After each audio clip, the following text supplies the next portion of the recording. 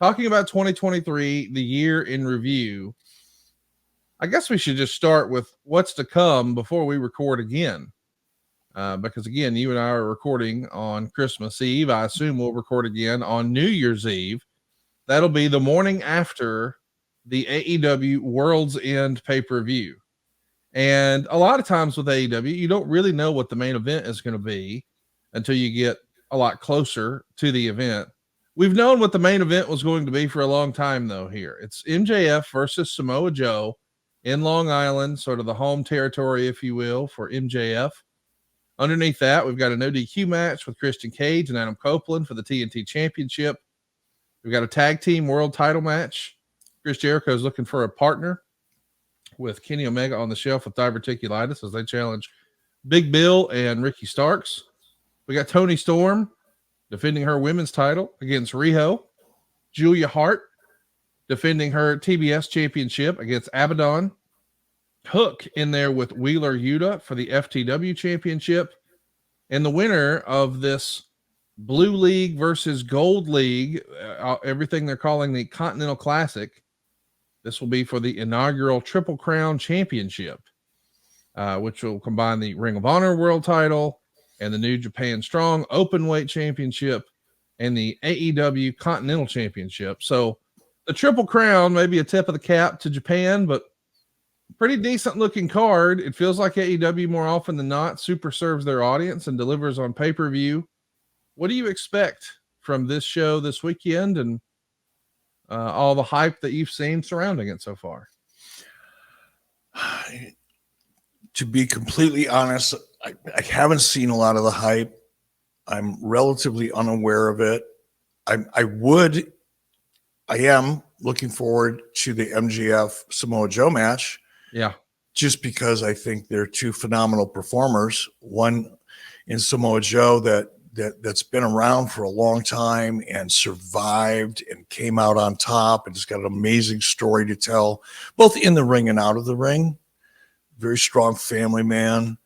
And he's hanging in there and he's doing a great job. I love Samoa Joe's work and I dig him as a human being.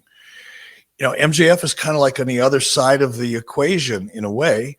You know, he's brand new out of the box in terms of his, you know, the amount of time that we've all been aware now of MJF on a national level. He's still really pretty green. He's young. How old is he now? 26? I think he's 27. 27? I mean, he's so young and so new and so fresh. And without question, my opinion, I shouldn't say without question. Everybody can question whatever they want. I don't care. But from my perspective, if I look at this newest class of professional wrestlers, both in AEW and WWE and across the board, for what little I see of the other promotions, MJF is at the top of the class in his age group or his generation of up-and-coming talent.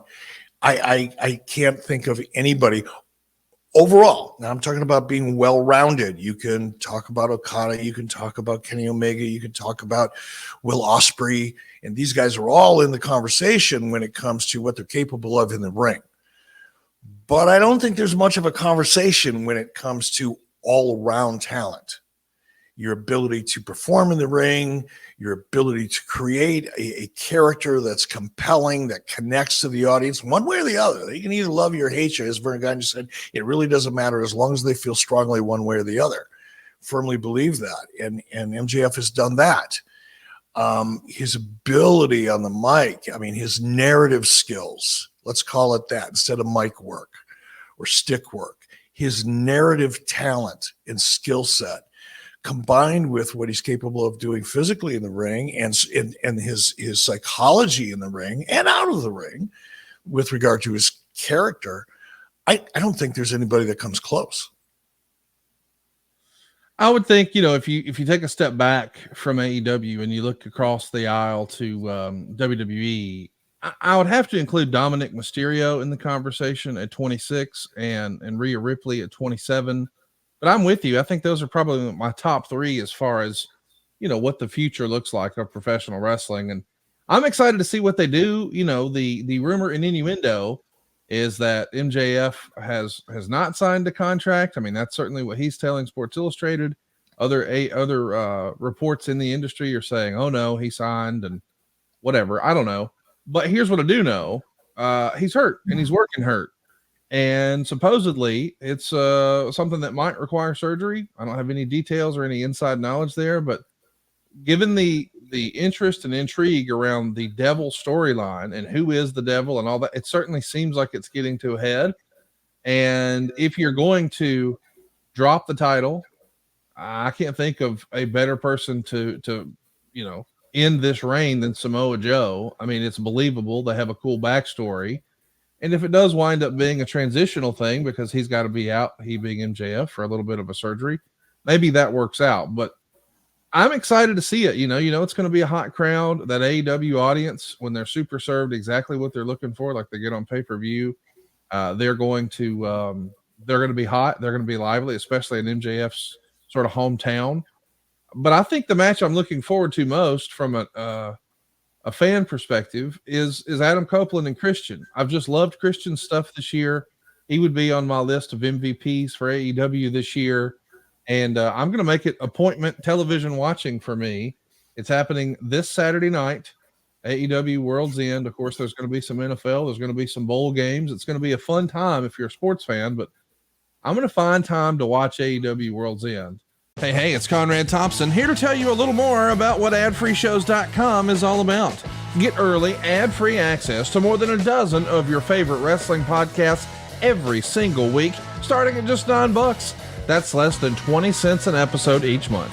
And yes, you can listen to them all directly through Apple Podcasts or your regular podcast apps. How easy is that? Ad-free Shows also has thousands of hours worth of bonus content and docuseries like Title Chase, Eric Fires Back, Conversations with Conrad, and The Insiders. Plus new series like The Book with David Crockett, Monday Mailbags with Mike Chioda and Nick Patrick, and a whole lot more. And you want to talk about early? You can't get any earlier than listening to the shows live. You can be a part of the live studio audience as we record the podcast. Plus, ride shotgun alongside your favorite childhood heroes for live watch-alongs, Q&As, and other interactive experiences every single month. Come on now, see for yourself what thousands of other wrestling fans from around the world have discovered, that adfreeshows.com is the best value in wrestling. Check it out today. And hey, when you do, the first week is completely free. Adfreeshows.com.